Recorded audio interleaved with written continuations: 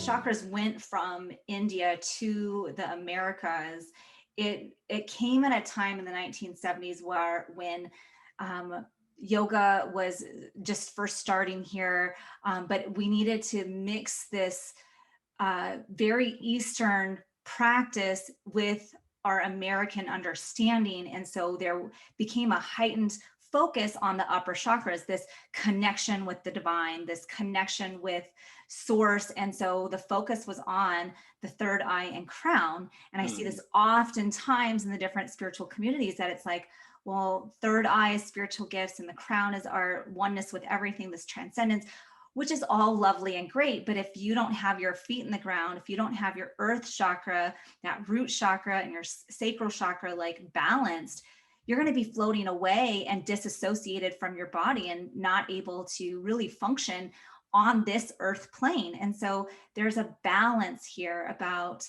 really coming to a place where each chakra is equally important. And when we actually start at the root and give ourselves a foundation, a knowingness that our needs will be provided for, that we're safe, that we're it's like building on sand. If that's not there first, how can we expect to develop our heart chakra center, healthy relationships, if we have no understanding of who we are and our confidence beneath it, self-respect? And so I really love kind of flipping what a lot of other practitioners do and going right to, let's start at root and let's work through root all the way through our crown chakra, because then we'll be able to interpret what we see and what we hear and what we feel in that transcendent state. That's right.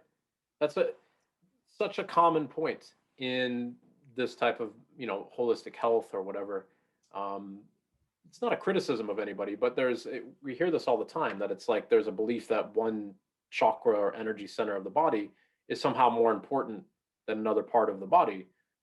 This doesn't make any sense. It's like saying that the brain is more important than the heart or the kidneys or whatever. Well, with any of those, out of whack, you're going to die. Like, there's no hierarchy here. They each serve their function. And like you said, Christine, when you are rooted when you're rooted on the ground, when you're connected to that kind of stability, which the root chakra is about, if that energy can flow through the body, and if we can turn into it enough, then you can actually experience the different aspects of this energy. So for instance, earlier you were mentioning that the energy is turning like a wheel. The energy moves in a wave, like it's a wave form. And if you look at a wave in 2D space, it's just the peak and the trough. But if you extend that into 3D space, you can see how that becomes a spiral. And that ends up turning like a wheel. And so this is why you see for instance, a lot of times people in meditation will start to move back and forth. Their body just naturally pulsates back and forth. Or you'll see like the whirling dervishes in Turkey, where they spin, or the Hasidic Jews, and they bow and in prayer very quickly. It puts you into an energetic trance. And as that energy moves through the body, you can not only feel it moving like this wheel, like a rotation, you can see it changing in color. So if you have kind of an aspect of clairvoyance, you can maybe see different colors in your eyes. If your eyes are closed, you might see greens, purples, whatever, blue, whatever it might be. This is simply the energy as it's moving through your system, taking a different form. And this conversation that I always have with the chakras is that to keep in mind that the law of conservation of energy is stating that energy can't be created or destroyed. It can only change form.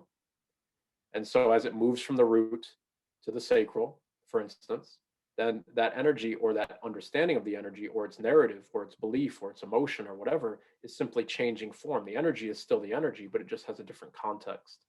That's why we have different emotions or different organs or different sensations or different colors or whatever it might be as it moves through the body.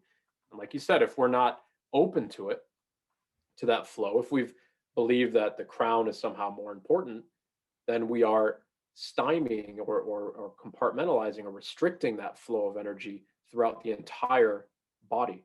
And again, it's like saying that the brain is the most important, so everything else can just be damned. That doesn't make any sense. Yeah.